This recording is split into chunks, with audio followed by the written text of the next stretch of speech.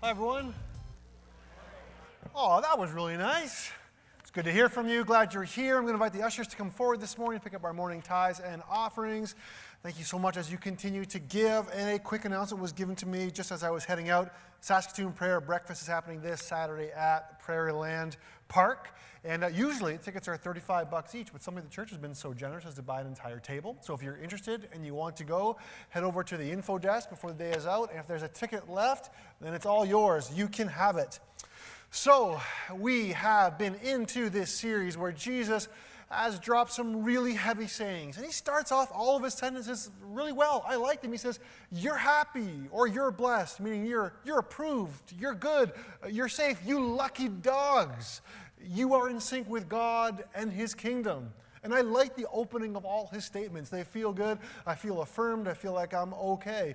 But then he combines those words, he couples them with something that's very odd. And this is where we've tracked so far. He said, happy or blessed are those who are poor in spirit. Happy or blessed are those who mourn. Happy or blessed are those who are meek. We're talking about that this week. And as we've dug a little bit below the surface, there's more happening here than just what's on top. When we talk about being poor in spirit, it's this recognition of our weakness and that we just need God. We cannot do this life on our own. And then last week we talked about mourning, and mourning is less about, I stubbed my toe and I'm so sad now. Mourning is, I've come face to face with God. And because of that, I recognize my brokenness, and I recognize the sin-sick world that I am a part of. And this morning, we're going to take it a step further and talk about blessed are those, happy are those who are meek, which is another way of saying those who are surrendered to the greater good, surrendered so that they more care about other people than they care about themselves. And if you haven't noticed, it feels like these are getting harder and harder and harder. And you might be saying, Manifo, you dragged us through 3 months of Revelation. Could you give us a break? Just give us something that's a little bit easy. But I wouldn't do that to you. That'd be silly. You'd be wasting your time and mine. So with that in mind, Matthew 5:5 rolls out for us this morning like this. Blessed are the meek, for they will inherit the earth. Or a more modern translation would read, you're blessed when you're content with just who you are. No more, no less. And that's the moment you find yourselves proud owners of everything that can't be bought. So right off the bat, let's define our terms here. Meek does not mean weak. It doesn't mean that you have no brain or no backbone or you're a wuss. It doesn't mean that you are a doormat or you're kind of shy, you're harmless, you're a little bit of a wallflower. When the scriptures use the word meek, that's not what it has in mind. It actually uses the term to describe two specific people, Moses and Jesus. Who is Moses? Moses is the one who stands up to the mighty powers of Egypt. Who is Jesus? He's the one who stands up to the mighty powers of Rome. So if we were going to take this word meekness and begin to break it down, perhaps a better way to describe it would be meekness is this fearless strength that does not accommodate to the powerful or to the influential. It describes the kind of people who have surrendered their wills and their lives to God for the greater good, for things that are good, right, and true. And if we break it down a little bit further, we could define meekness like this. Meekness is power or strength under control. Meaning, whatever situation you're in, you could walk out with guns a-blazing, stick out your chest and be angry, and allow all hell to break loose. That's within your power. But you don't. You control that. You hold back.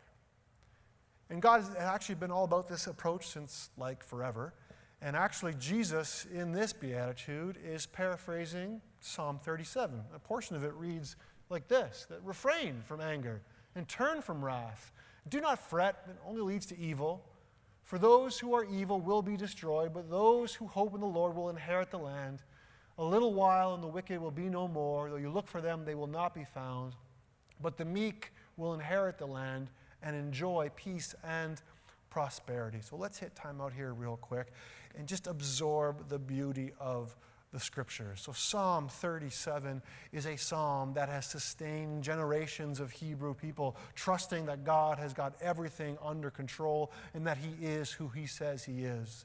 Centuries past, Jesus paraphrases this psalm and he speaks it out in the language of Aramaic So when he drops the word meek in Aramaic, it has this nuance, again, of trusting God and accepting his guidance obediently. You want me to do that, God? Cool, I'm down with that. It's good.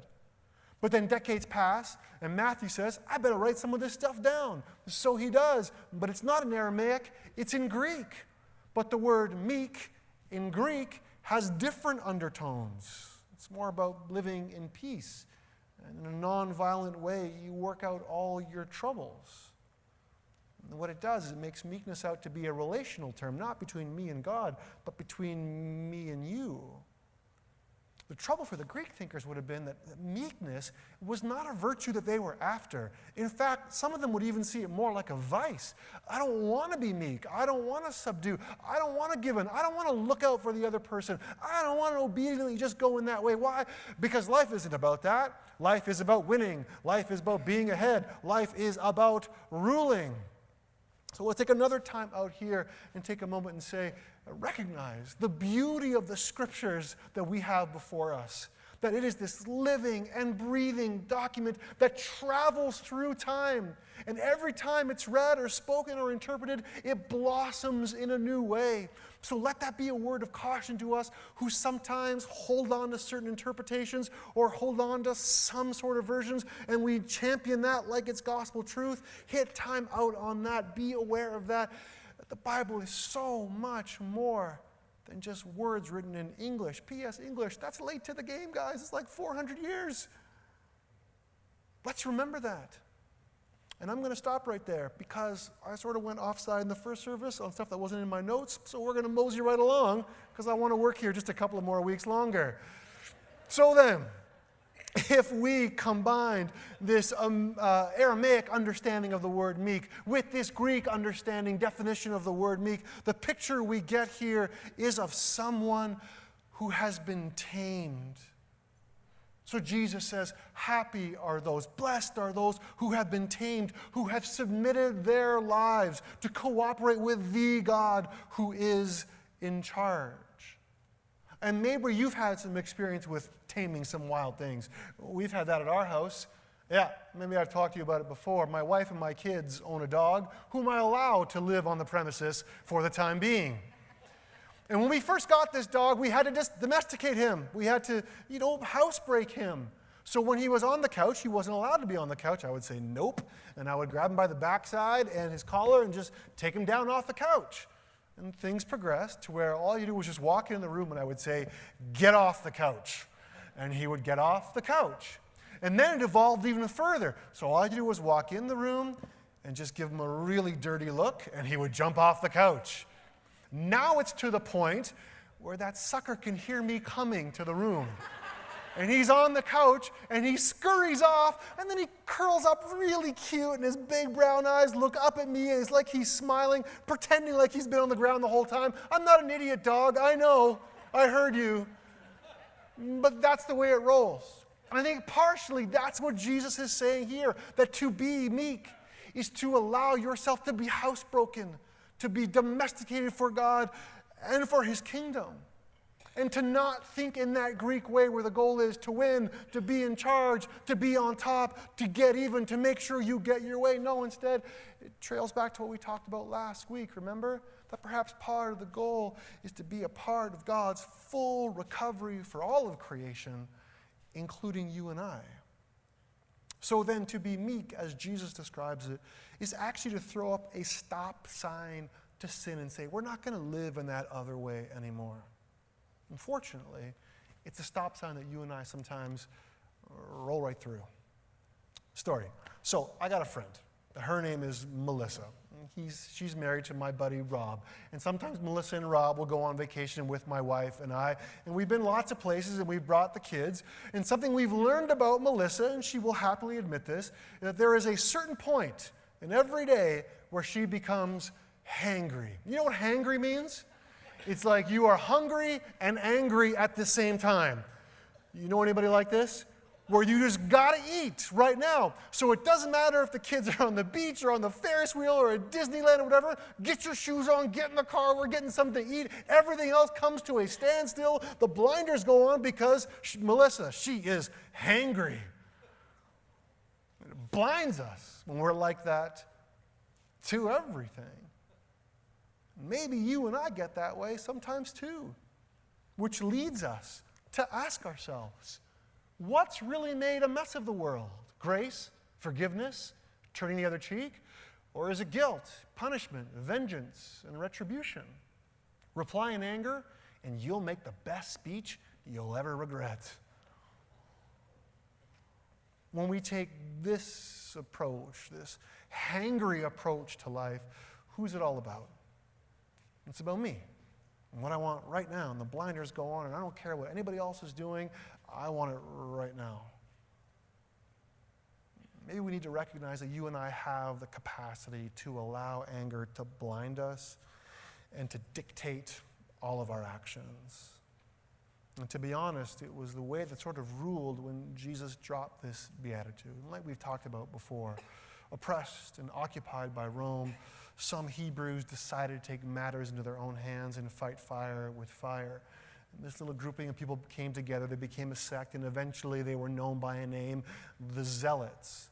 And a direct translation of that word zealot means to boil. So these people were red hot, piping, angry folk, even described as men of violence. They were extremists. They were the radicals of their day. They were angry, and rightly so, at the fix their people were in. Rome was not being cool to them.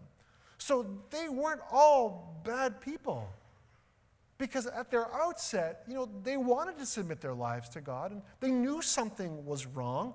And holiness and purity was important to them.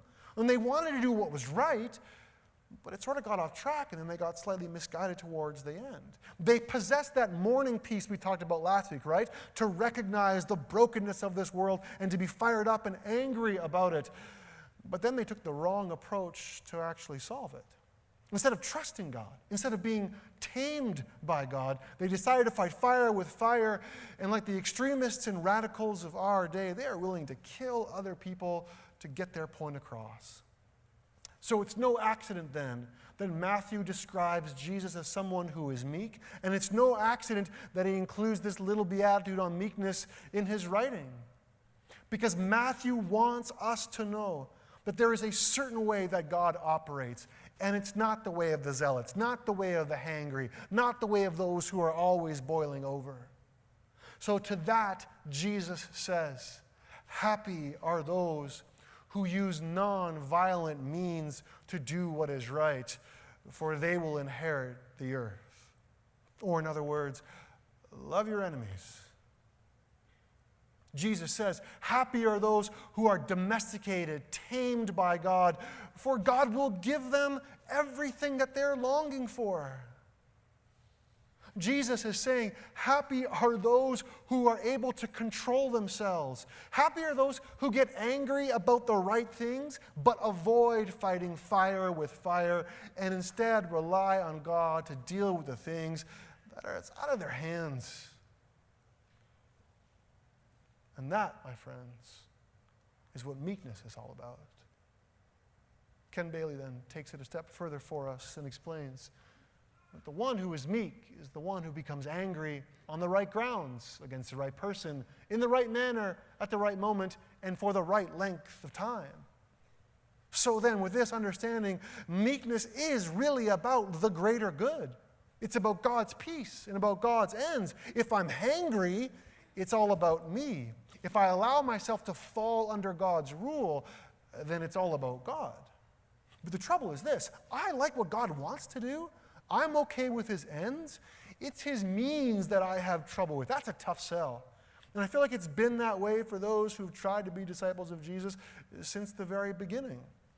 Do you remember that story where Jesus is apprehended and Pilate's got a decision to make? Here, I'll remind you here from Matthew 15. Now, it was the custom at the festival to release a prisoner whom the people requested.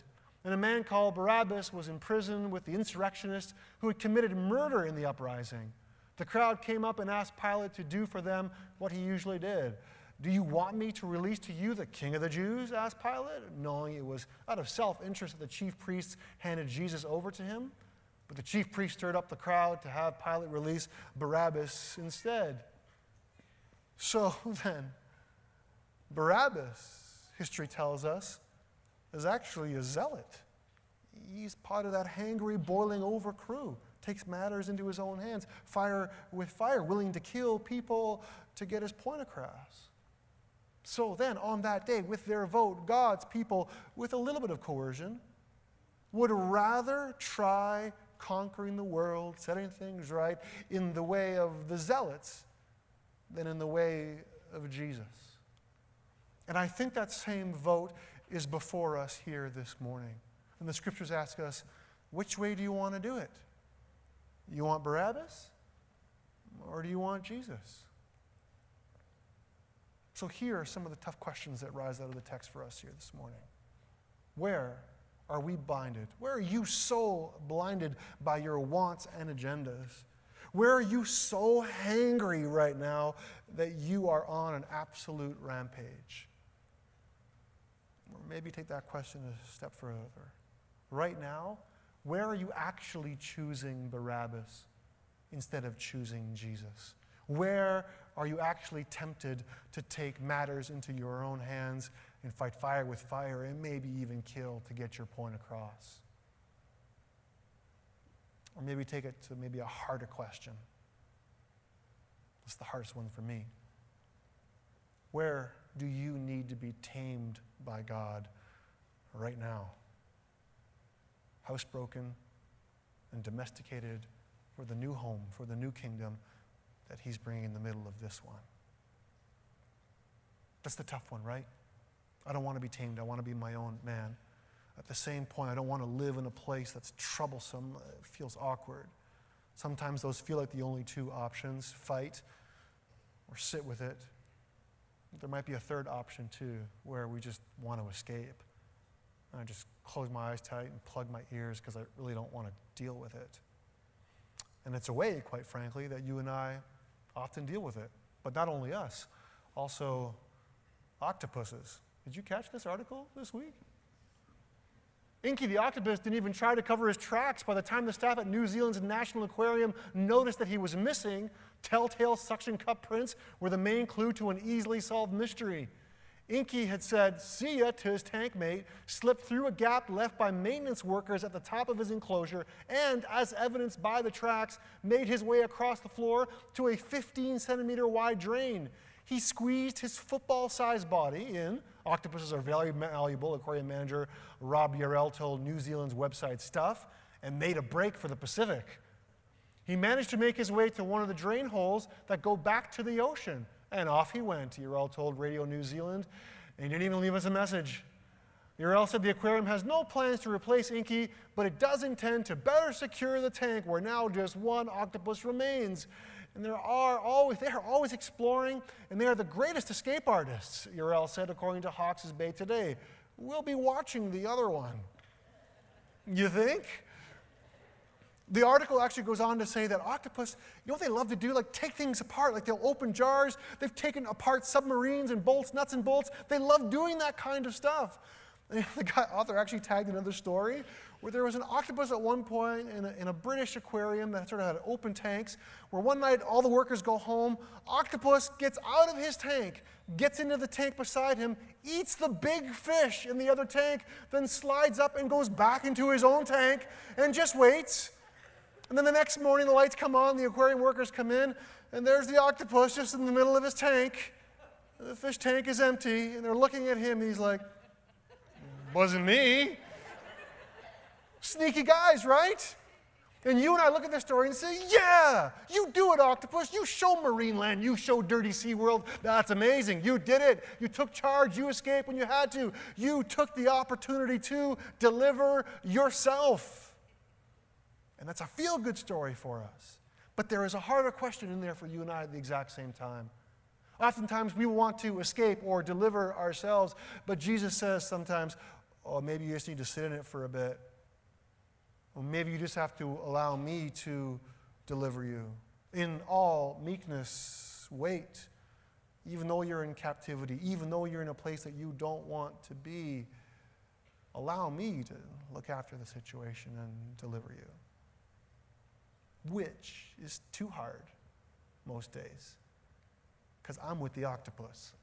If I see my opening, I am out. I'm going to escape. I'm going to go down that drain as soon as I can.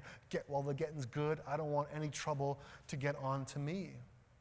No, time out here again. If you find yourself today in an abusive situation, that is not God's want or plan or intent for your life. So you get out.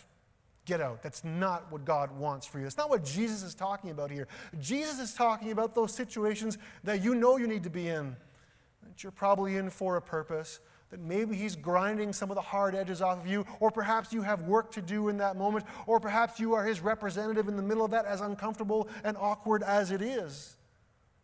So then in the calling to be meek, Jesus challenges you and me to think in the opposite way of those who are hangry or the zealots or the Greek who say, I just have to win. For the hangry, for the zealots, and for the powers of this world, it's about strength, it's about authority, it's about conquest, it's about the ability to see your opening in that tank and just get out and get what's coming to you, everything that's coming to you. But then, in full meekness, Jesus responds to that worldview by saying, love your enemies. Listen, just do good to those who harm you. Oh, and make sure that you're last. Make sure you put others before you. Why? Why would he say this? Because he's pushing us. He wants us to consider under whose power, under whose authority, under whose organization are you going to do life? Are you going to do it under your own power, under your own will? Are you going to deliver yourself? Or are you going to allow Jesus to do the work he wants to do in and through you? And that kind of is the open secret. Jesus has been talking about it this whole time. A new world is coming. The old way of operating is going out. It's dying. So why would you play by the old rules when the new world, with its new rules, with the new way of being, is already taking shape right now? Jesus says, do it my way. Allow me to deliver you. And in the end, don't worry. You're going to get everything that you need. So maybe that's why Jesus tags on this little line about inheritance at the end of his little meekness speech. Because when he uses the word inheritance and uses the word earth or land, he's going to trigger something for his first Jewish audience.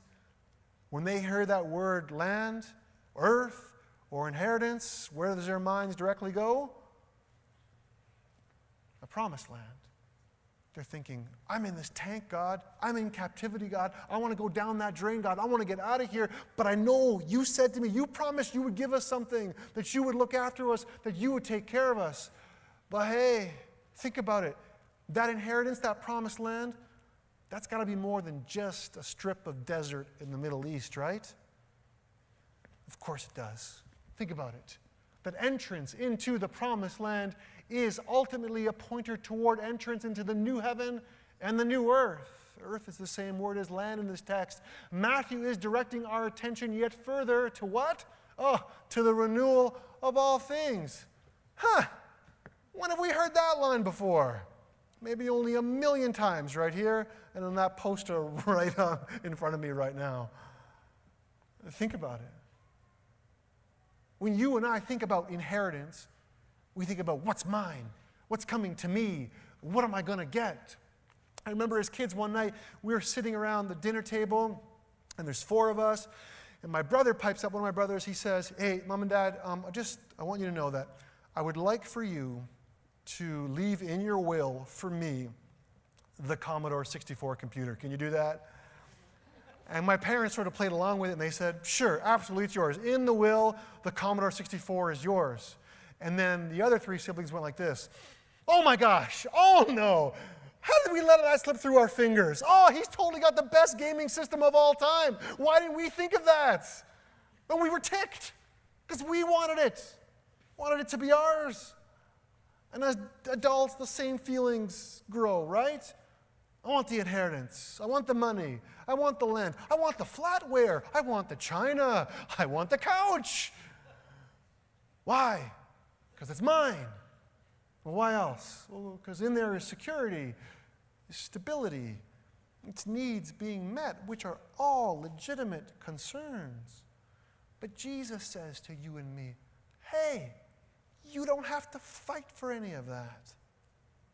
Jesus says, in regards to your inheritance, why are you fighting for something that's already yours, that's already coming to you? And Jesus says to you and I in the midst of that, don't you trust me to take care of you and to give you what you need? And for those of you, those of us who are here this morning who feel like we have been shortchanged, or that someone is getting what is ours, or that our rights are being stomped on, Jesus says, rights? What rights? Oh, you willingly surrendered those rights the moment that you allowed me to tame you, to housebreak you for the kingdom that is on its way. So then, for you and I, maybe the big thing to think about here is this. Why don't you and I just quit fighting for the things that are already ours? Have you been shortchanged? Has someone stolen from you? Has someone taken something that belongs to you, something that is important to you? Jesus says, don't get hangry. Don't get even. Jesus says, I'll take care of you. I'm your inheritance. I will deliver you. I promise. Jesus says, have patience. You're going to get everything you need and everything that's coming to you, and then some, because what is mine is actually yours. Now imagine if you and I took that point of view, that worldview, with a little bit of regularity. Imagine if we actually gave up our rights daily. We gave up fighting for what's already ours and just trusted Jesus to give us what we need. You know what would happen then if we lived like that? Heaven would touch down on earth. The world that is to come would manifest itself right here in the present. So then, the Beatitudes are not a strategy for achieving a better society. They are an indication, a picture. The Beatitudes are a vision of the inbreaking of a new society. And you see, the Jewish view of God that Jesus was dealing with at the time, they would have tied this new society, this new kingdom, this new way of being with fighting, with conquest, with military might. So what Jesus is actually saying here, talking about being meek, is blowing their minds, because he's saying God's new world is actually coming to us in a new way. And you don't have to fight to win. You actually win by losing. When this world, this new society shows up when what? When we control our power. When our anger is not self-serving. And we put all those pieces together, what does it point to? What does this new kingdom look like? What is this new society? What's this new picture? What's the telltale sign? It's peace. Just peace. So if you are wondering this morning, if God is active and present and breaking into your world, into your relationships, into your circles, if you see peace there, those are earmarks. God's been there. God's behind it. Or if you're in a place right now where there is no peace, then the odds are that no one has allowed God to do his restorative work. So then, may we recognize this morning that meekness in its biblical sense is not weakness. It is power and control, and power under control, power and strength under control. And let's be careful, friends, to not get hangry and allow anger to dictate our thoughts and our actions and our motives and leaving just a wake of trouble behind us. Because if we live that way long enough, what we're actually saying is, just give us Barabbas. We're going to do it that way, with the bowling over hotheads, and it's okay if we kill people to get our way. But also be careful of the other side, that when you see that crack of escape where you actually want to go down the drain and get out of it, maybe God has you in that tank for a reason, not to hurt you, but there's something there you have to learn, something there you have to see, something there perhaps that you have to do. And if you're worried that while you're in the tank, you're losing your inheritance, you're losing your spot, you're losing what's coming to you, and Jesus says, don't worry. It's already yours. I've got it covered. It's okay. You don't need to deliver yourself. I will deliver you. And if you find yourself in a place where there is no peace in the midst of all that, it's not because God is withholding it. More than likely, it's because we just don't want it.